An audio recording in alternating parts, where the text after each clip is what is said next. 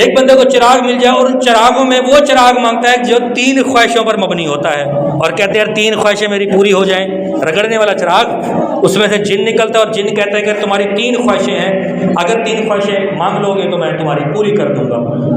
تو اس سے بھی بڑھ کر خوشی ہوگی نا بندے کو، یا 3 خواہشیں میری دنیا کے اندر زندگی بھر کی وہ پوری ہونے والی ہیں، تو وہ سوچ سوچ کر، سمجھ سمجھ کر، یا لکھ لکھ کر کہیں خطا نہ ہو جائے، کیونکہ 3 خواہشیں ہیں وہ پوری کروانی ہے۔ وہ پوری کروانے کے لیے اپنی کرے اپنی لائف سیٹل ہو جائے گی اس کی۔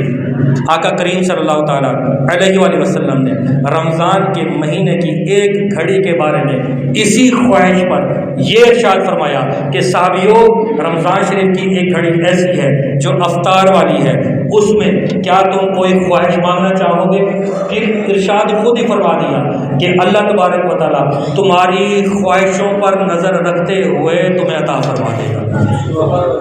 پھر خود ہی دعا تعلیم فرمائی، کیونکہ ظاہر ہے ہم تو یا گاڑی مانگیں گے، بنگلہ مانگیں گے، کار مانگیں گے، پیسہ مانگیں گے، جیسی سوچ ویسی مراد۔ تو حضور نے ارشاد فرمایا کہ خواہشات تو پوری ہوگی نیک جائز پوری ہوگی، لیکن دعا خود ارشاد فرمایا کہ افطاری کے وقت یا واسع المغفرہ اغفر لی،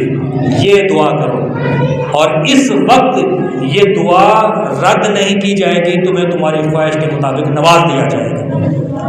یہی گھڑیاں تو آ رہی ہیں، صبح بھی آئے گی، شام بھی آئے گی۔ آپ صبح سحری سے لے کر افطاری تک ایک ایک لمحہ، ایک ایک آن